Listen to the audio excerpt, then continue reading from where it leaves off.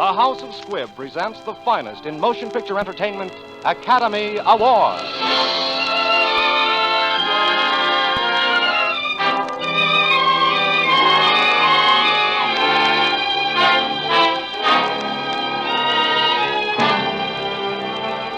The House of Squibb, manufacturing chemist to the medical profession since 1858, bring you Academy Award.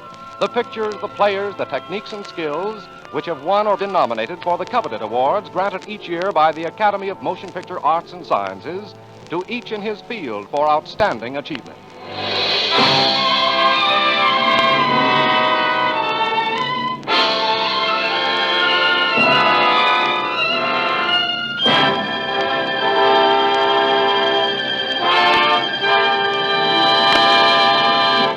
Each week, Squibb on the Air brings you only the finest performances. Squibb in your home brings you only the finest medicinal products, pure, effective, reliable. Squibb, a name you can trust. Tonight's picture is Kitty Foyle. Tonight's star is the distinguished RKO player, Miss Ginger Rogers. And now, Miss Ginger Rogers.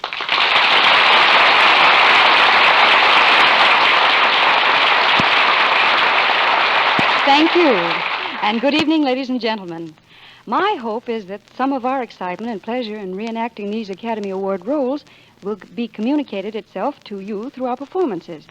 Also, it would be ungrateful of me if we were to do Kitty Foyle tonight without thanking the men who brought Kitty to the screen. So thank you, David Hempstead and Sam Wood.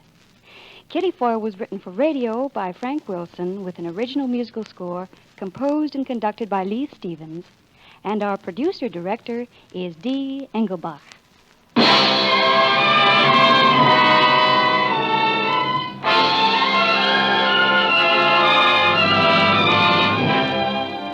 Academy Award, starring Ginger Rogers in her 1940 Academy Award-winning role of Kitty Foyle.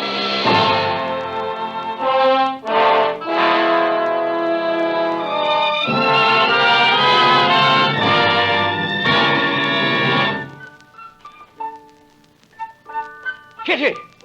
Kitty! Kitty, girl! Yes, Pop? Shut that dang thing off. I can't, Pop. I can't. I'm going too fast. I'm on a sleigh ride.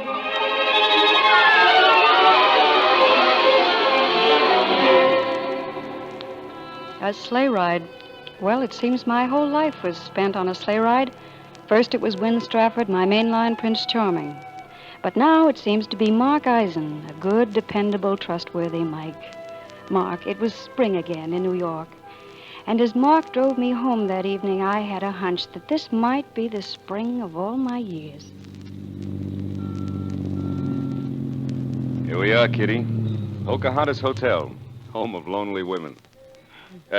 Kitty, wait. Yes, Mark. Kitty, will you take this ring? Oh, Mark. Well, you see, I've got lots of money tied up in this golden hoop, and there's no other way I can get any use out of it. Well, can't you find my finger, Mark? You did say yes, didn't you? I mean, it's all clear. There's no confusion. You understand what I asked you. You asked me to marry you, didn't you? Oh, that's it. Exactly. I got it. That's why I said yes. Kitty, what I'm getting around to, that fellow in Philadelphia, that's all over, huh? All over. Oh, then we're getting married tomorrow. Meet me at the hospital tonight, huh? Midnight. We'll go straight to Greenwich. Yes, Mark. I guess this will be farewell to the Pocahontas. Kiss all those dear old bachelor girls goodbye for me.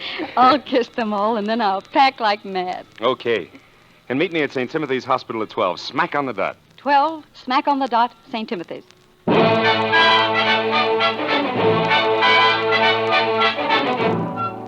Good evening, Miss Foyle. Good evening. My key, please. Thank you. Oh, will you make up my bill tonight? Oh, you're leaving? I'll say I am, Joe. I'm getting married. Oh, please send for my bags around 11:30. Right.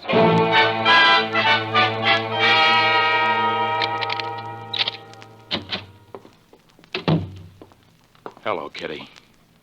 When? What are you doing in my room? You sent for me. I sent for you? You sent back the ring. Kitty, remember what I told you? If you ever needed me or wanted me or would have me, send the ring back to me. Oh, I forgot. That wasn't what I meant.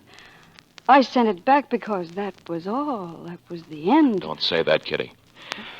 Oh, Kitty, there's no life for me without you. I want you. I need you.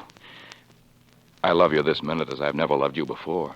But when it's too late. 5 years, too late. No, Kitty, it'll never be too late. What we had can't die. I'm asking that we leave together for South America and be together always. Oh, Win, don't ask me anything. Don't let me think. Oh, darling, at last it all comes And true. will we live happily ever after? Forever and ever. When will we go? We sail at midnight. I'll be at the pier with everything arranged. Now, will you meet me there? Mm-hmm. Pier 48, midnight. Mhm. Oh, Kitty, I love you. Don't be late. Bye-bye. Win, Win! Wait, Win!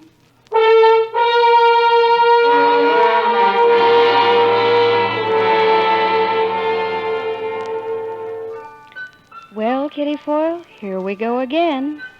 Maybe this time it's for keeps. You're making a mistake, you know. You're still on that sleigh ride.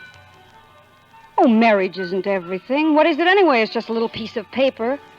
A lot of fine things come out of that little piece of paper, Kitty. A home, children. That's where Mark comes in again. And you'd be a lot happier with Mark and that little piece of paper than you ever could be with Win. You know what I think? I think you're wrong.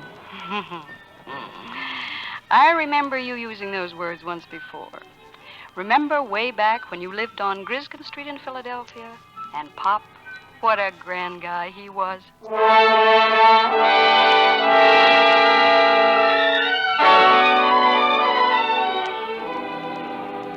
Ah, Kitty. I guess an old heathen like me never had any business trying to raise a daughter anyhow. I wanted to keep you from stubbing your toe. I thought you had all this junk rooted out of your mind. What junk? Cinderella and her blasted prince. Kitty, don't you see? It's no good. Don't argue, Pop. I love him. Judas Priest. You said it. You mean you want to marry Win Strafford? Mm-hmm. Has he ever asked you to meet his family? Pop, he doesn't even know I love him yet. Big secret. But I've never worried much about his family because I've got a funny idea I'm just as good as they are. Kitty, by Judas Priest, you're going to break your heart.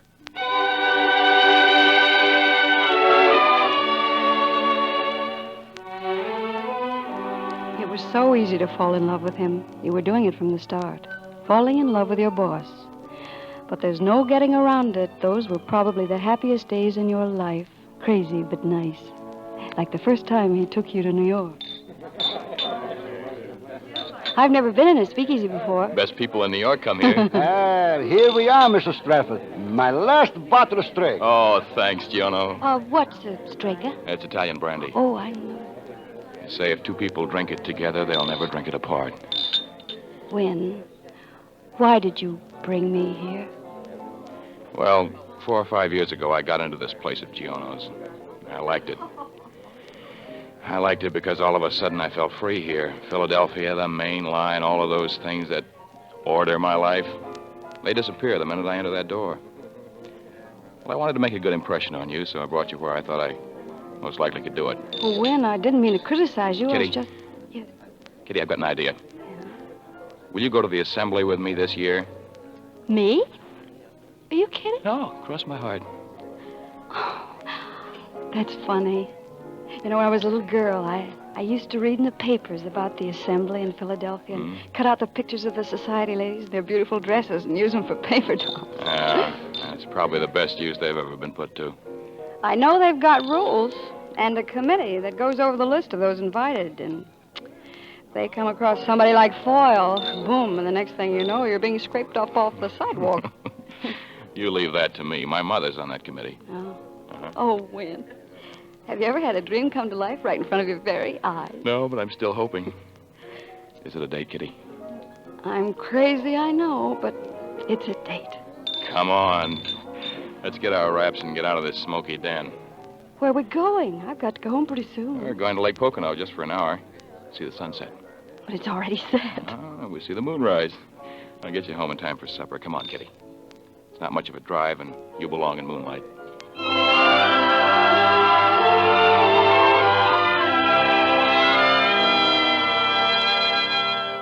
Lake Pocono and Wynn's Lodge in the mountains, snug and comfortable, exciting, and a million miles from everything but moonlight. Remembering that night is like putting your tongue in a sore tooth, that same sharp little twinge. Funny how love makes a woman quiet and a man talkative. But Lancelot mused a little space. He said, "She has a lovely face. God in his mercy lend her grace, the Lady of Shalott." Isn't that beautiful, darling? Tell me about beauty, teacher. Gladly. As you know, it's a man's duty to instruct woman in all subjects. Now you pick the subject. No, we've only got a few minutes, but tell me where we are. We are in the Pocono Mountains, situated in the state of Pennsylvania. No, but where are we really? In heaven? No. In love. Tell me about love. Well, first, there was a man. Mm-hmm. And there was a woman. Oh, what did the man and the woman do? Well, at first, they just hung around. And one night, a strange thing happened. What? They were sitting in front of a fire like this, and the firelight played upon the woman's face. And the man, for the first time, saw how beautiful she was. Looking into her eyes, he suddenly beheld all the wonders of life. So, immediately, he made love to her. Well, didn't the woman object? No. She loved him, too. Why? Well... Because he was everything that she had ever dreamed of. Oh, my darling, I love you, Wynn.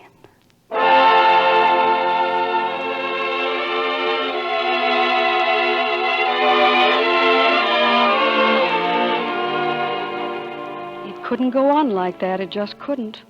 Who did you ever think you were, Kitty Foyle? That you could live rent-free and forever in paradise? Didn't you see it coming? Didn't you know the magazine was bound to fail? Couldn't you tell that he would say the things he said because, well, being him, he couldn't have said anything else? Did you have to hurt inside as if he'd stabbed you with a knife? Yes, Kitty Foyle, you did. Well, the magazine's done. It's folded. It's finished. $10,000 my mother gave me spent. Now what will you do? Me? Oh, that's right. I'm out of a job. Yeah. Well, I might get one in New York. I can't let you do that. Why? Why not? Because it's just silly. Besides, it'd be too far apart. Well, it is in China. Kitty. Well, this is kind of delicate, but Yeah, well, go on. your father isn't very well. You're all alone, and it's too much for you to handle. Yes? I mean, I feel that I'm kind of responsible. It isn't your fault the magazine failed, and so...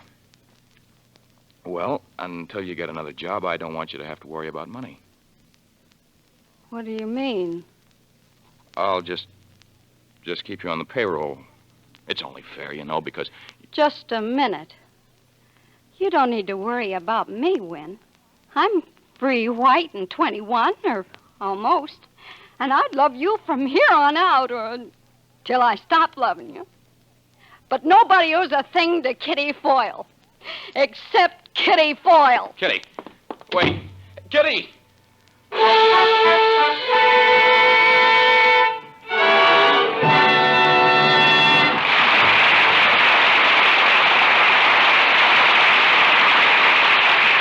Before continuing with part two of Ginger Rogers' Academy Award-winning performance of Kitty Foyle, let's look in on the RKO lot where they are shooting the final scenes of Ginger's new picture, Sam Wood's production of Heartbeat. All right, boys.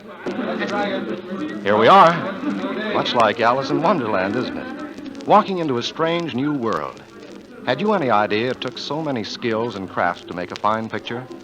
Here's a young lady we might persuade to talk to us for a second. Oh, miss. Hello.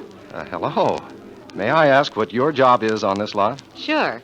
I'm a makeup girl. Right now, I'm working on Heartbeat. That's Miss Rogers' new picture, you know. Yes, I know. That must keep you pretty busy, doesn't it? I'll say it does. But it's worth it. Just wait till you see Ginger Rogers in this one. Well, I'm certainly looking forward to that. But tell me, in your job of makeup, I imagine the smile is pretty important, isn't it? Yes, sir. The smile is everything. Well, same in my business. You see, Squibb Dental Cream encourages a sparkling smile, and it refreshes your mouth at the same time. Everyone enjoys the minty taste of Squibb Dental Cream. It's so cool and fresh. Yes, I know. And did you know that the polishing agent in Squibb Dental Cream is one of the safest, softest, yet most effective known to dental science? Well, I'm glad to know. And did you know that pure Squibb Dental Cream has to pass more than 100 separate tests before it touches your brush? It's just one more evidence of the scientific care that goes into the making of this quality dentifrice. Use Squibb Dental Cream regularly. Taste, feel, and see the refreshing difference.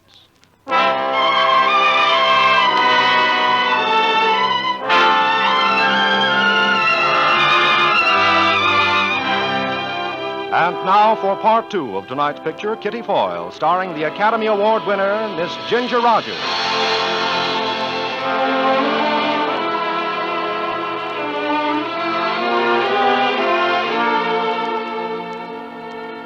You thought you were off the sleigh ride, Kitty Foyle, when you took your shattered little pieces of pride and went to New York to ring the Liberty Bell.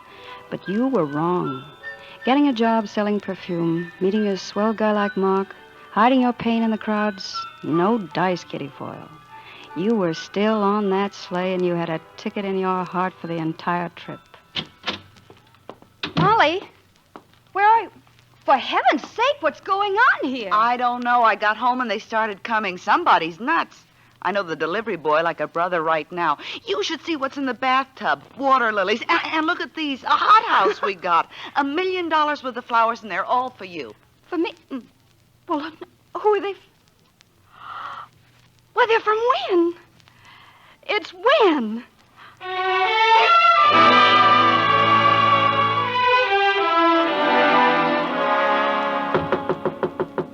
Come in. Wynn. Wynn. Kitty, Oh, Wynn, how did you ever find me? I just followed my heartbeats. Here, presents. Shall I go outside while you dress, or can I just close my eyes? What do you mean dress? We have a date tonight for the assembly. Only ours is going to be right here in New York. Oh, Wynn, you remember. Hey, I hope you like this dress. Oh, Golden May. Oh, Wynn. Kitty. Kitty, I forgot to tell you What? how much I love you. Oh. Oh, how much do you love me? If I said as much as you love me, would that be enough? Oh, darling. If that were true, there wouldn't be any love left for anybody else in the whole world.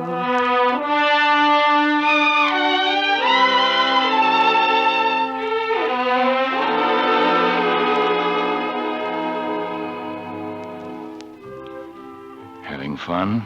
I'm dancing in a dream. Our very own private assembly ball at the Ritz. Here, I've got something for you. Yeah. What is it? A ring, darling. Wow, odd. But it's beautiful. It was my great-grandmother's. Oh. It's a symbol of eternal life. A snake eating its tail, you see? Oh, I see. A symbol of eternal life. From my great-grandmother to me and you and to those that come after us forever. It's our family. Wynn, why are you giving it to me? Kitty, will you marry me? Oh, Wynn. I can't. You love me now only because we're not in Philadelphia. I'll fix that. Boys, would you play the sidewalks of New York, please? What's the idea? Oh, that's our song now. We're New Yorkers, both of us. Oh, darling, no main line, no Philadelphia. Just you and me and you. Dear God, please don't ring the alarm clock for just a little while. Let it go on just as it is now. Just as it is now. Oh, he heard me. It's Sunday morning. Those are wedding bells, darling. Oh. Wedding bells for us.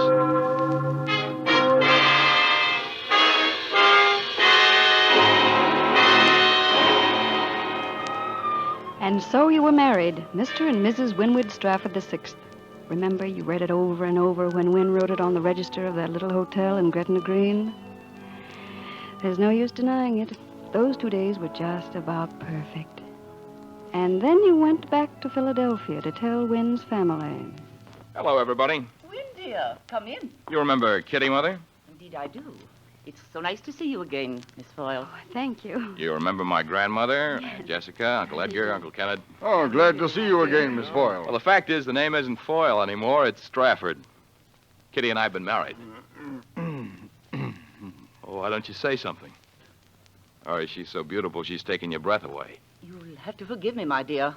I just wasn't prepared for such news. You understand, don't you? Oh, of course. After all, it is a surprise. Shall we sit down?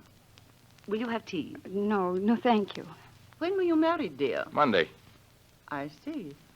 We thought, naturally, that Wynne would wait a year. But you understand, of course, that above everything else, we want you and him to be happy. That's first and foremost in our thoughts, isn't it? Oh, yes, of course, my dear. Well, I don't want to seem rude, but would somebody mind telling me what you're driving at? It's only this, my dear. Mother. You see?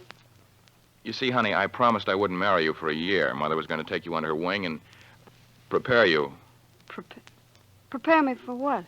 You know, some school, some good finishing school. School? Are you kidding me? No, my dear. Let's keep calm. Now, look. Let's get a few things straight around here.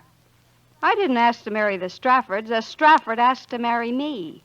I married a man, not an institution or a bank. Oh, I've got a fine picture of your family conferences here. All the Straffords trying to figure out how to take the curse off Kitty Foyle. Buy the girl a phony education and polish off the rough edges and make a mainline doll out of her. Oh, you ought to know better than that.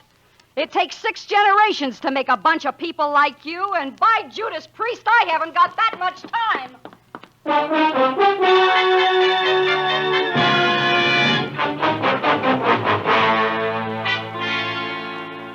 Fine words, Kitty Foyle. Well, back to New York and your old job. It's not living, though, when every time you hear a knock on the door, you hope it's somebody you know isn't going to be there. When every time you walk down a street, you think you see him coming through the crowd.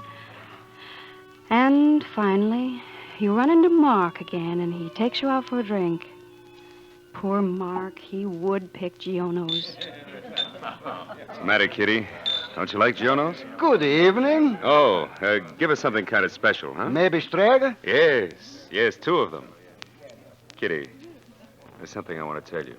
Mark, you knew I was married. Yes. Well, I'm not anymore. I got my decree today. Here you are. We haven't had any calls for Strega in a long time. Mark, I can't stay here. Mark, it's no use. All the time we're together, I keep thinking of him. And you're too nice to be pushed around, and it's only fair for me to tell you. I see. Let's say goodbye here, Mark. I'm a pretty good doctor, Kitty. But seeing you, I wish I'd specialized in heart trouble.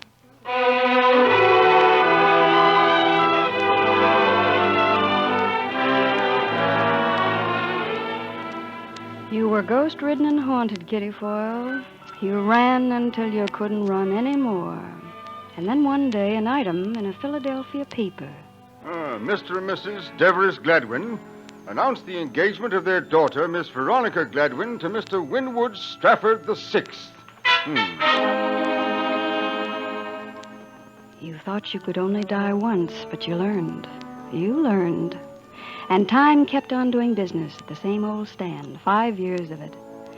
Then they sent you down to Philadelphia to open a branch of the store. You were afraid to go, afraid of all the things it might bring back. But nothing happened until the afternoon of your last day, about 4:30. I think I'd better have some perfume, too. Oh, yes, madam. Are you going to the opera or dancing? I'm going to the assembly tonight. I see. What flowers are you wearing? Oh, I hadn't thought yet. I'm glad you mentioned that because I usually have to buy them myself. Oh, in that event, I suggest Sanxit perfume with camellias or... Telephone call, Mrs. Strafford. Oh, thank you. Mrs. Strafford. What couldn't be? Hello? Hello? Oh, hello, Wynne. Oh, you don't have to go to New York again, do you?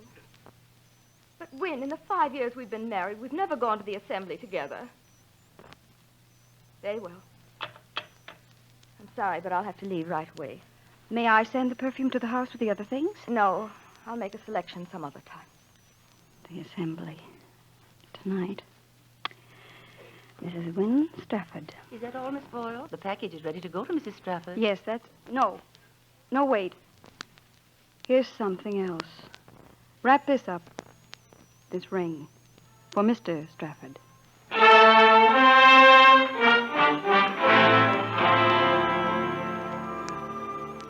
You sent back the ring. Kitty, remember what I told you? If you ever needed me or wanted me or would have me, send the ring back to me. That wasn't what I meant. I sent it back because that was all. That was the end. Don't say that, Kitty. But it's true, Wynne. Look, you'll have to go. I'm sailing at midnight. I'm asking that we leave together and be together always. Pier 48, midnight. Yes. Don't be late. Oh, darling, don't be late. And will I live happily ever afterward? Forever and ever. Forever and ever.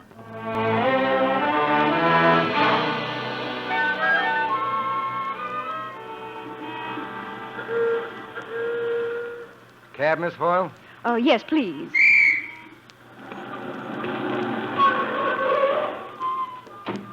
You going to be gone long, Miss Foyle? Yes, permanently. We don't get many pretty girls here at the hotel. Be mighty sorry to lose you. Oh, Sam. Yes? I think that a young man will call for me a little after midnight. Yes, miss. Be quite excited, I think, very insistent. Yes?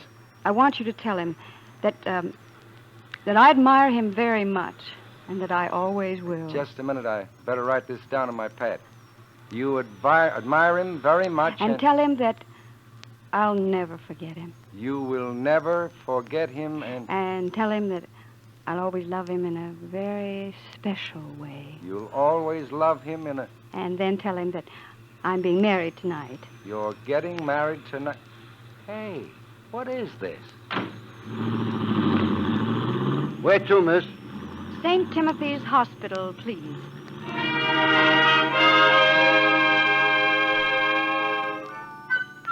No. I've had enough of sleigh riding. Goodbye, Wynne. Goodbye, dear. But here's where I get off.